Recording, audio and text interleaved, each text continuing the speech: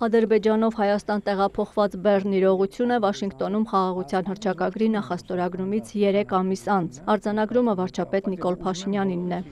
Ավելի քան 30 տարվա ընդմիջումից հետո Ադրբեջանով անցնող երկաթուղային ճանապարհով գիշերը Հայաստան է մտել 15 վագոն, 1000 տոննա ցորենով։ Որքանով սա շարունակական կլինի ճանապարհին էլի որքան բեռներ կան ու առաջիկայում ինչ փոխադրումներ են նախատեսվում։ Լուրերի հարցին պատասխանելով վարչապետը շեշտեց իրավիճակն անընդհատ փոփոխվում է, քանի որ նորանոր հայտեր են ստացվում։ Սկզբում նախատեսվում էր, որ ղազախական ցորենն է հասնելու Հայաստան, հետո պարզվեց, որ Ադրբեջանը նման հնարավորություն տալիս է նաև Ռուսաստանից եկող գնացքներին։ Հիմա Ռուսաստանից որոշակի ապրանքախմբերի այդ ճանապարհով Հայաստան արտահանելու վերաբերյալ ես գիտեմ, որ հայտեր են գեներացվում եւ ըստ էության ստացվում է, որ հոսքերը սկսում են վերադասավորվել եւ Ադրբեջանով Հայաստան հասնելու համար եւ մինչդեռ Ղազախստանի ի սկզբանե նախատեսված շարժակազմը դեռ տեղ չի հասել։ Հիմա ըստ վարչապետի նաև պետք է գործնականում պարզել, թե հակառակ ուղղությամբ ապրանքներն ինչպես են հոսելու Հայաստանից Վրաստանով, Ադրբեջանով դեպի Ռուսաստան կամ Ղազախստան եւ այլ երկրներ։ Տեղի ունեցածը կարևոր իրադարձություն համարելով Փաշինյանը եւս մեկ անգամ հնչեցրեց Հայաստանի պատրաստակամությունը։ Մարգարակորնի ձոր եւ հակառակ երթուղով ապահովել թուրքական եւ ադրբեջանական բեռնատարների անցումը Թուրքիայից Ադրբեջան եւ Ադրբեջանից Թուրքիա։ Ռուսաստանը հայտարարել է, որ մինչև 2026 թվականի հունվարի վերջը եւս 132 վագոն ցորեն կուղարկի Հայաստան։ Ռուսաստանի այդ ակտիվությանն անդրադառնալով Փաշինյանը ողջունեց դա եւ ընդգծեց. տեղի ունեցողը լիարժեք համապատասխանում է օգոստոսի 8-ից հետոյի վերաբերյալ իրենց պատկերացումներին։ Երբ որ օգոստոսի 8-ից հետո հնչում էին այդ թվում փորձագիտական գնահատականներ, որ Ռուսաստանի համար սա նեգատիվ զարգացում էր, Իրանի Իսլամական Հանրապետության համար սա նեգատիվ զարգացում էր, դիրքորոշում ինչ էր։ Մենք ասում ենք ոչ։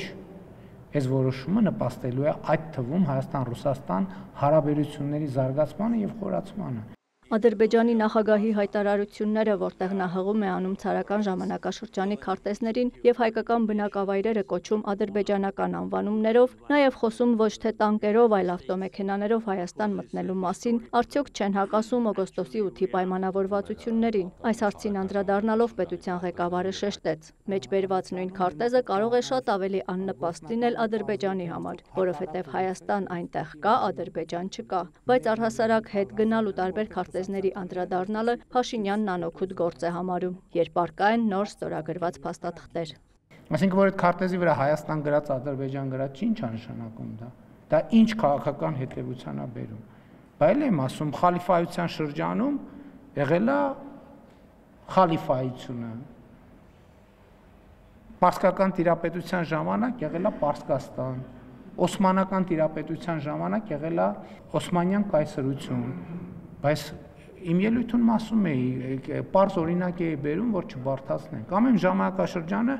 որ Վանաձորի անունը եղել է Կիրովական, իսկ բանի Գանջայի անունը եղել է Կիրովաբադ, ի՞նչ է դա նշանակում։ Եղել է, չէ՞։ Ի՞նչ է դա նշանակում։ Դրանց հետևությունը ի՞նչ է։ Ինձ ընդհանրապես հետաքրքիր չի դա, որովհետև կա 2025 թվականի օգոստոսի 8-ին ստորագրված եւ նախաստորագրված փաստաթղթերը եւ կա 2024 թվականի սեպտեմբերի երկու երկրների սահմանազատման հանձնաժողովների կանոնակարգը։ Այսինքն հիմա անկնել պատմական բանավեճերի ես էսա գրած եւ այդ բոլոր անունները ով ասել, որ այդ անուններն ադրբեջանական են։ Այդ անունները թուրքական են, պարսկական են, արաբական են, մոնղոլական են։ Բայց ի՞նչ է դա փոխում։ Ոչ մի բան էլ չի փոխում։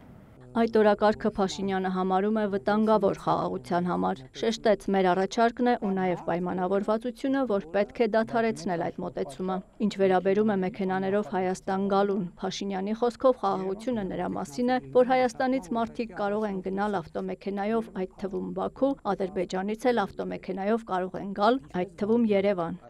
Բարձրաստիճան հոգևորականների մասին հարցերին անդրադառնալով Նիկոլ Փաշինյանը վերահաստատեց իր հայտարարությունը։ Կաթողիկոսի եղբայրը Եզրաս arczepiskopos Ներսիսյանը, որը հայ առաքելական եկեղեցու Ռուսաստանի եւ Նոր Նախիջևանի թեմի առաջնորդն է, պակ գործակալ է։ Կարծում եմ, որ այն փաստաթղթերը, որ հրապարակված են, ակնհայտ է դարձնում, որ Խորհրդային Միության ժամանակներից այո նա հավաքագրվել է որպես պակ գործակալ եւ դա փաստ է։ Իսկ որ եզրասարքեպիսկոպոսին վերջերս պարգևատրել է Ռուսաստանի նախագահը, Փաշինյանը չի մեկնաբանում։ Ցանկացած երկիր ազատ է պարգևատրել ում ցանկանա։ Վարչապետը զարմանում է, ինչու փորձագետներին, մասնագետներին, մայրաթոռի ներկայացուցիչներին հարց չի տրվում, եթե կաթողիկոսը երեխա է ունեցել կուսակրոնության ուխտ ստանձնելուց հետո, նա կարող է լինել կաթողիկոս։ Կտրիչ Ներսիսյանը կաթողիկոս չի։ Հայաստանի Ծառաքելական եկեղեցին այսօր չունի կաթողիկոս։ Կա մարդ, որը ապոնինի ձևով գտնվում է այդ կարգավիճակում։ Զուգահեռ անցկացնելով նշեց սահմանադրության համաձայն Հայաստանի վարչապետ կարող է լինել վերջին 4 տարիներին միայն Հայաստանի Հանրապետության քաղաքացիություն ունեցող անձը։ Հիմա եթե ասենք օրինակ պարզվի, որ ես ուրիշ երկրի քաղաքացի եմ, եւ դրա հիմնավորումները ունեն անձնագիր եւ այլն, այդ պահի եւ այդ փաստի բերումով չեմ կարող ես վարչապետ լինել։ Նույն կերպ էլ կաթողիկոսը երեխա ունենալու բերումով չի կարող կաթողիկոս լինել։